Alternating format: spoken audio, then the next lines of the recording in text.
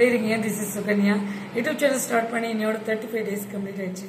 என்னோட சேனலை முன்னே பற்றி யோசி திங்கு போட்டு வர செல்ஃப் உங்களுக்கே தெரியும்.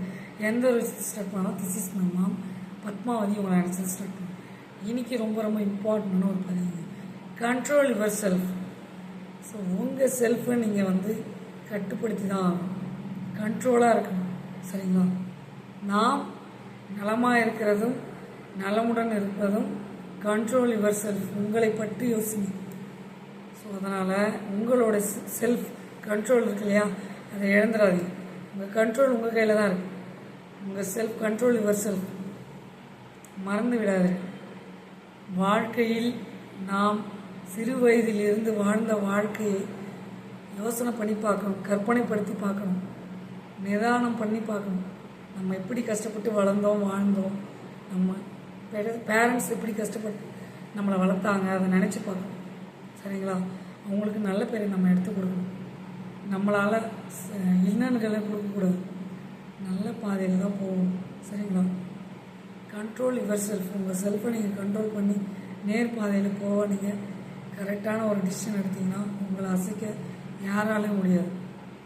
இந்த கடவுளே வந்தாலும் கண்ட்ரோல் யுவர் செல்ஃப். என்னோடய செல்ஃபில் நான் கரெக்டாக இருக்கேன், உங்களோட செல்ஃபில் நான் கரெக்டாக இருக்கேன் அப்படின்ட்டு அடித்து பேசலாம். 100%. நாம் எப்படிப்பட்டவங்கன்ற நிரூபிக்கணுன்றது அவசியம் இல்லை.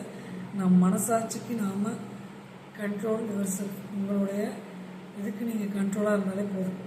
யாருக்கும் நிரூபிக்கணும் அவசியம் இல்லை. உங்களை பற்றி நேர்மையானவங்களுக்கு கண்டிப்பாக ஒரு ஆள் கை கொடுப்பாங்க. யாராக வேணாலும் இருக்கலாம். காட் டைரெக்டாக வரமாட்டாங்க, யார் மூலயமா ஹியூமன்ஸ் மூலயமா அனுப்புவாங்க, அனிமல்ஸ் மூலயமா அனுப்புவாங்க, அதர் பர்சன்ஸ் யாரை வேணாலும் ஆயிடணும். நம்ம தெரியாது நமக்கு. ஸோ அதனால் நீங்கள் கண்ட்ரோல் யுவர் செல்ஃப். உங்களை பற்றி உங்களை நீங்கள் கண்ட்ரோல் பண்ணி வச்சுக்கிங்க, நேர் பாதையில் போகணும்.